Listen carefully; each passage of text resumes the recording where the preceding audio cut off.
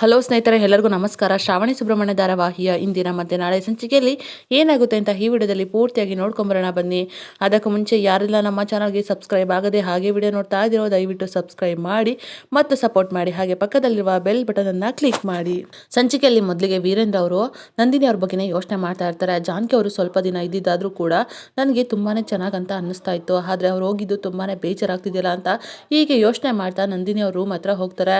ಅವರು ನಮ್ಮ ಮನೆಯಲ್ಲಿ ಇದ್ದಷ್ಟು ದಿನಾನು ಕೂಡ ನನಗೆ ನನ್ನ ನೋವನ್ನು ಹೇಳ್ಕೊಳ್ಳೋದಕ್ಕೆ ಯಾರಾದರೂ ಒಂದು ಜೀವ ಇದೆ ಅಂತ ಅನ್ನಿಸ್ತಾ ಇತ್ತು. ಆದರೆ ಇವಾಗ ಎಲ್ಲನೂ ಕೂಡ ಖಾಲಿ ಖಾಲಿ ಅಂತ ಅನ್ನಿಸ್ತಾ ಇದೆ. ಅವ್ರದ್ದು ಎಂಥ ಒಳ್ಳೆ ಮನಸ್ಸು ನಿಜವಾಗ್ಲೂ. ಆದರೆ ಅವ್ರಿಗೆ ಇರೋ ಅಷ್ಟು ದಿನ ನಾವು ಬೇಜಾರು ಮಾಡಿಬಿಟ್ವಿ.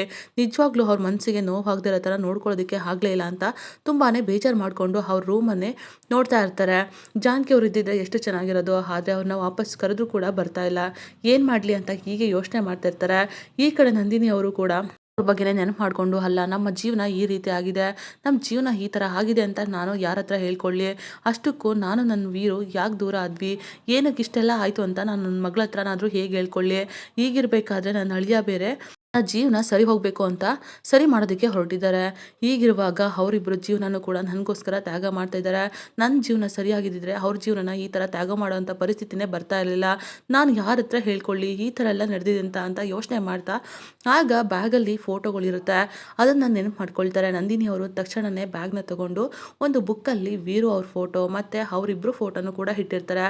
ಅದನ್ನ ನೋಡಿ ಓಪನ್ ಮಾಡ್ತಿರ್ತಾರೆ. ಆಗ ವೀರು ಅವ್ರನ್ನ ನೋಡ್ಬಿಟ್ಟು, ವೀರು ಎಷ್ಟೆಲ್ಲ ಪ್ರೀತಿ ಮಾಡ್ತಾ ಇದ್ರಿ, ನನ್ನ ಮೇಲೆ ಎಷ್ಟೆಲ್ಲ ನಂಬಿಕೆ ಇಟ್ಟಿದ್ರಿ, ಆದರೆ ನೀವು ನನ್ನ ಮೇಲೆ ನಂಬಿಕೆನ ಕಳ್ಕೊಂಡ್ಬಿಟ್ರಿ. ಹೆಣ್ಣಿಗೆ ಒಂದು ಮಾನ ಸ್ವಾಭಿಮಾನ ಅನ್ನೋದು ಎಷ್ಟು ಮುಖ್ಯ ಗೊತ್ತಾ ವೀರು. ಗೌರವ, ಪ್ರೀತಿ, ಸ್ವಾಭಿಮಾನ ಎಲ್ಲನೂ ಕೂಡ ಗಾಳಿನಲ್ಲಿ ತೂರ್ಬಿಟ್ರಲ್ಲ ವೀರು. ನೀವು ಈ ಥರ ಮಾಡ್ತೀರ ಅಂತ ನಾನು ಯಾವುದೇ ಕಾರಣಕ್ಕೂ ನಿರೀಕ್ಷೆನ ಇಟ್ಟಿರಲಿಲ್ಲ ಅಂತ ಯೋಚನೆ ಮಾಡ್ತಾ ಇರ್ತಾರೆ. ನಂತರ ನನ್ನ ಮತ್ತು ವೀರು ಫೋಟೋ ಇತ್ತಲ್ವಾ, ಇದರಲ್ಲಿ ಇಲ್ವಲ್ಲ ಅಂತ ಯೋಚನೆ ಮಾಡಿಕೊಂಡು ನೆನಪು ಮಾಡ್ಕೊಳ್ತಾರೆ. ಆದರೆ ಆ ಬುಕ್ಕಲ್ಲಿ ಹುಡುಕಿದ್ರು ಕೂಡ ಆ ಫೋಟೋ ಸಿಗೋದಿಲ್ಲ. ಅಲ್ಲ, ಈ ಫೋಟೋ ಇಲ್ವಲ್ಲ, ಏನಾದರೂ ಆ ಮನೆಯಲ್ಲಿ ಮಿಸ್ ಆಯಿತಾ, ಆ ಫೋಟೋ ಏನಾದರೂ ಸಿಕ್ಬಿಟ್ರೆ ನಾನು ಅಂದ್ಕೊಂಡಿದ್ದು ಏನೂ ಆಗೋದಿಲ್ಲ, ಎಲ್ಲನೂ ಕೂಡ ನಾಶ ಆಗಿಬಿಡುತ್ತೆ ಅಂತ ಯೋಚನೆ ಮಾಡಿಬಿಟ್ಟು ತಕ್ಷಣವೇ ಸುರೇಂದ್ರ ಅವ್ರಿಗೆ ಫೋನ್ ಮಾಡ್ತಾರೆ. ಆಗ ಸುರೇಂದ್ರ ಅವರು, ಅದಕ್ಕೆ ಎಷ್ಟು ದಿನ ಆಯಿತು ನಿಮ್ಮ ಜೊತೆ ಮಾತಾಡಿ, ನಿಜವಾಗ್ಲೂ ತುಂಬಾ ಖುಷಿ ಆಗ್ತಿದೆ, ಅದಕ್ಕೆ ನಿಮ್ಮ ವಾಯ್ಸನ್ನು ಕೇಳಿ ಅಂತ ಹೇಳ್ತಾ ಇರ್ತಾರೆ. ಸುರೇಂದ್ರ, ನಾನು ಅದ್ರ ಬಗ್ಗೆ ಆಮೇಲೆ ಮಾತಾಡ್ತೀನಿ, ಆದರೆ ಇವಾಗ ಒಂದು ಪ್ರಾಬ್ಲಮ್ ಆಗಿದೆ ಅಂತ ಹೇಳ್ತಾರೆ. ಏನು ಹೇಳಿ ಅದಕ್ಕೆ ಅಂತ ಕೇಳ್ತಾರೆ. ಏನು ಅಂದರೆ, ನಾನು ಮತ್ತು ನಿಮ್ಮ ಅಣ್ಣ ಇರೋವಂಥ ಫೋಟೋ ಆ ಮನೆಯಲ್ಲಿ ಮಿಸ್ ಆಗಿದೆ, ಅದು ಯಾವುದೇ ಕಾರಣಕ್ಕೂ ನಿಮ್ಮ ಅಣ್ಣನ ಕೈಗೆ ಸಿಗಬಾರ್ದು, ಅದು ಸಿಕ್ಬಿಟ್ರೆ ಏನು ಅಂದ್ಕೊಂಡಿದ್ದೀವೋ ಅದೇನು ಆಗೋದಿಲ್ಲ, ಎಲ್ಲನೂ ಕೂಡ ನಾಶ ಆಗಿಬಿಡುತ್ತೆ, ಪ್ಲೀಸ್ ಸುರೇಂದ್ರ ಅಂತ ಹೇಳ್ತಾರೆ. ಆಗ ಸುರೇಂದ್ರ ಅವರು, ಸರಿ ಅದಕ್ಕೆ ನಾನು ಇವಾಗಲೇ ಅದನ್ನು ತಡಿತೀನಿ ಅಂತ ಹೇಳ್ಬಿಟ್ಟು ತಕ್ಷಣವೇ ನಂದಿನಿ ಅವ್ರ ರೂಮ್ಗೆ ಹೋಗ್ತಾರೆ.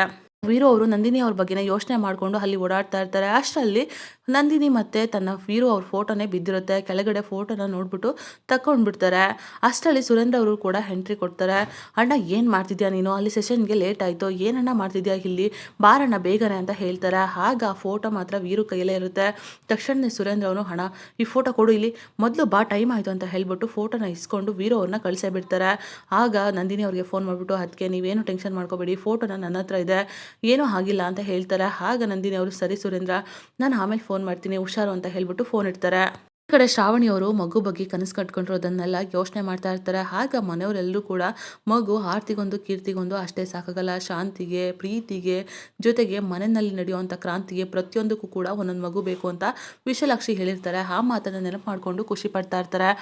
ಆಗ ಅಷ್ಟೊತ್ತಿಗೆ ನಂದಿನಿ ಅವ್ರು ಕೂಡ ಬರ್ತಾರೆ. ಅಲ್ಲ, ನನ್ನ ಮಗಳು ಮನಸ್ಸಲ್ಲಿ ಏನಿದೆಯೋ ನಾನು ಅದನ್ನು ತಿಳ್ಕೊಬೇಕು, ಸುಬ್ಬು ನೋಡಿದ್ರೆ ನನ್ನ ಜೀವನನ ಸರಿ ಮಾಡಬೇಕು ಅಂತ ಮಗುನೇ ಬೇಡ ಅಂತ ತ್ಯಾಗ ಮಾಡಿದ್ದಾರೆ. ಆದರೆ ನನ್ನ ಜೀವನದಲ್ಲಿ ಆದಂಥ ಘಟನೆಗಳು ನನ್ನ ಮಗಳ ಜೀವನಕ್ಕೆ ಯಾವುದೇ ಕಾರಣಕ್ಕೂ ಶಾಪ ಆಗಬಾರ್ದು, ನಾನು ಶ್ರಾವಣಿ ಮನಸ್ಸಲ್ಲಿ ಏನಿದೆ ಅನ್ನೋದನ್ನು ತಿಳ್ಕೊಬೇಕು ಅಂತ ಯೋಚನೆ ಮಾಡಿ ನಂತರ ಶ್ರಾವಣಿ ಅವ್ರ ಹತ್ರ ಬರ್ತಾರೆ. ಕೂಸೆ, ಏನು ಯೋಚನೆ ಮಾಡ್ತಾ ಇದೆಯಾ, ಮನೆಯವರೆಲ್ಲರೂ ಕೂಡ ಮಗು ಬಗ್ಗೆ ತುಂಬ ಆಸೆ ಇಟ್ಕೊಂಡಿದ್ದಾರೆ, ನೀನೇನು ಯೋಚನೆ ಮಾಡಿದೆ ಅಂತ ಕೇಳ್ತಾರೆ.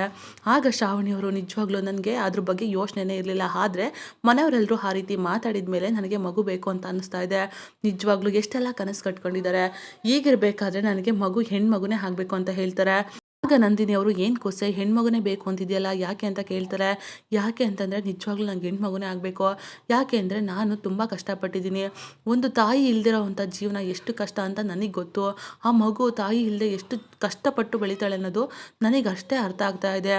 ಈಗಿರುವಾಗ ನನಗೆ ಹುಟ್ಟೋ ಮಗಳು ಯಾವುದೇ ಕಾರಣಕ್ಕೂ ಕಷ್ಟಪಡಬಾರ್ದು, ನನ್ನಂಥ ಕಷ್ಟ ಅಂತೂ ಪಡಲೇಬಾರ್ದು, ನಾನು ಅವಳಿಗೆ ಎಲ್ಲ ಪ್ರೀತಿನಿ ಕೊಟ್ಟು ಬೆಳೆಸ್ತೀನಿ, ನಿಜವಾಗ್ಲೂ ಪ್ರತಿ ಕ್ಷಣನೂ ಕೂಡ ತುಂಬ ಚೆನ್ನಾಗಿ ನೋಡ್ಕೊಳ್ತೀನಿ, ತುಂಬ ಚೆನ್ನಾಗಿ ಜೋಪಾನ ಮಾಡ್ಕೊಳ್ತೀನಿ, ನಾನು ಪಟ್ಟಿರೋ ಕಷ್ಟ ಯಾವುದೇ ಕಾರಣಕ್ಕೂ ನನ್ನ ಮಗಳಿಗೆ ಬರಬಾರ್ದು.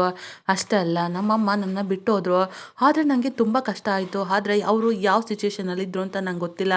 ಆದರೆ ಅವ್ರು ನನ್ನ ಬಿಟ್ಟೋಗಿದ್ದು ತುಂಬಾ ಬೇಜಾರಾಯಿತು. ನನಗೆ ಮಗಳು ಅಂತ ಆದಮೇಲೆ ನಾನು ತುಂಬ ಖುಷಿಯಿಂದ ನೋಡ್ಕೊಳ್ತೀನಿ.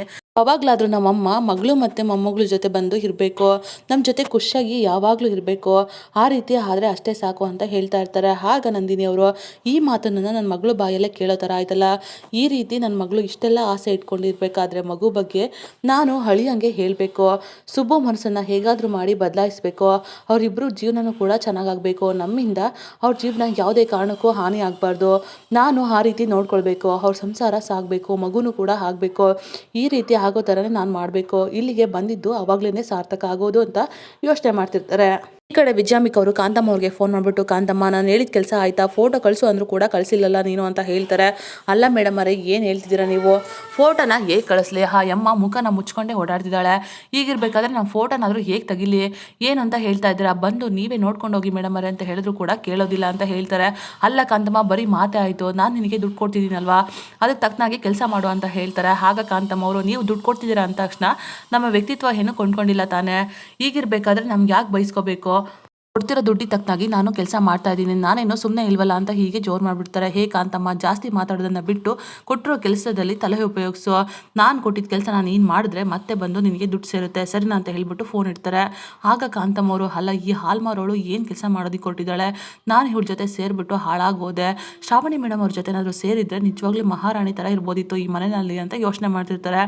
ಈ ಕಡೆ ವಿಜಯಾಂಬಿಕ ಅವರು, ಈ ಕಾಂತಮ್ಮ ಯಾಕೋ ಓವರಾಗಿ ಆಡ್ತಾ ಇದ್ದಾಳೆ, ನಾನು ಇಂದ್ರಮ್ಮಂಗೆ ಈ ಕೆಲಸನ ಹೇಳಬೇಕು, ಅದೇ ಸರಿ ಅಂತ ಯೋಚನೆ ಮಾಡ್ತಿರ್ತಾರೆ. ಈ ಕಡೆ ವೀರೇಂದ್ರ ಮತ್ತೆ ಸುರೇಂದ್ರ ಇಬ್ರು ಕೂಡ ಊಟಕ್ಕೆ ಕೂತಿರ್ತಾರೆ. ಆಗ ವಂದನ ಮತ್ತೆ ಸಾವಿತ್ರಿ ಇಬ್ರು ಕೂಡ ಇರ್ತಾರೆ. ನಾನೇ ಈ ತರ ಯಾವಾಗ್ಲೂ ಕೂಡ ಸಪ್ರೇಟ್ ಊಟ ತಿನ್ಬೇಕಾ, ಬೇಜಾರಾಗ್ತಿದೆ ನನಗೆ ಅಂತ ವೀರು ಹೇಳ್ತಾರೆ. ಆಗ ಸಾವಿತ್ರಿ ಅವರು, ನೀವು ಇದನ್ನ ತಿನ್ಲೇಬೇಕು ಯಜಮಾನ್ರೆ, ಯಾಕೆ ಅಂತಂದ್ರೆ ಜಾನಕಿ ಅವರು ನನಗೆ ಏನೇನೆಲ್ಲ ಕೊಡಬೇಕು, ಯಾವ ಸಮಯಕ್ಕೆ ಏನು ಕೊಡಬೇಕು ಅಂತ ಪ್ರತಿಯೊಂದು ಕೂಡ ಹೇಳ್ಕೊಟ್ಟೋಗವ್ರೆ ಅಂತ ಹೇಳ್ತಾರೆ.